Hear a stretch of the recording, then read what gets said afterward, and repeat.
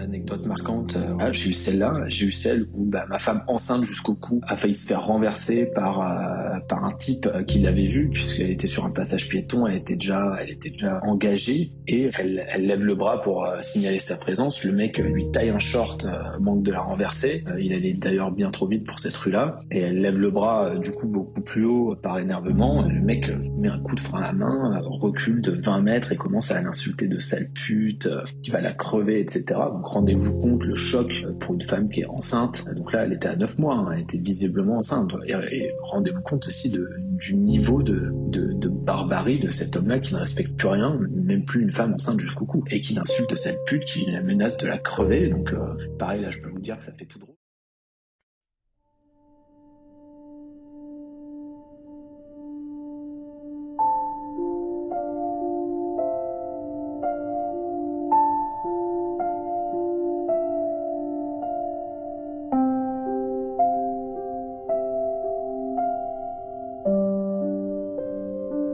T'es arrivé trop vite, trop fort, trop vite, trop plein de tes nerfs, trop loin de tes guides. Y avait pas d'obstacle, juste une femme debout, une vie dans son ventre.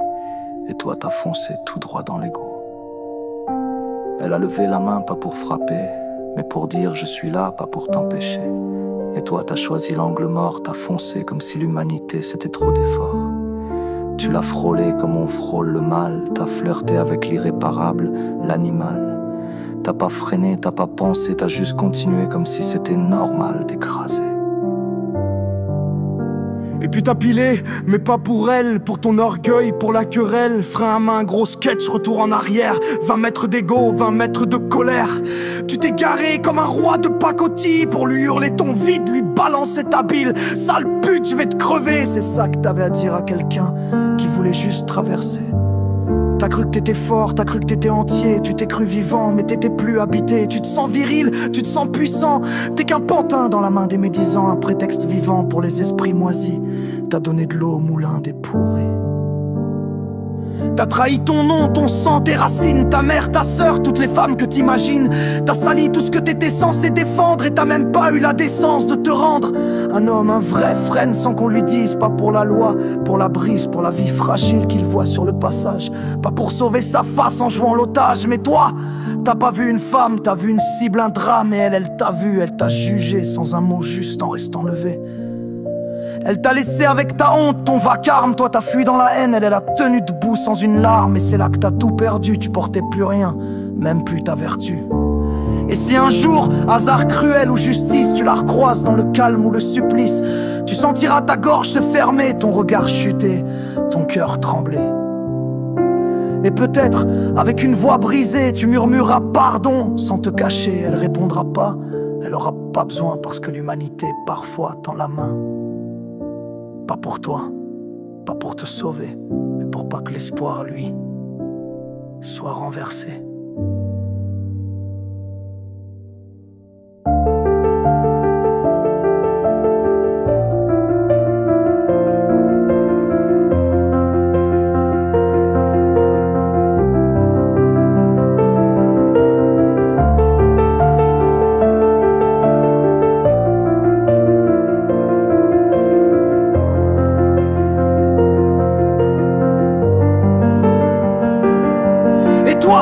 Toi qui n'as pas crié, pas cédé au poison. Toi qui as tenu debout quand grondait le démon. Je te parle, toi la femme, la flamme, la mère. Toi qui portais deux vies face à tant de colère.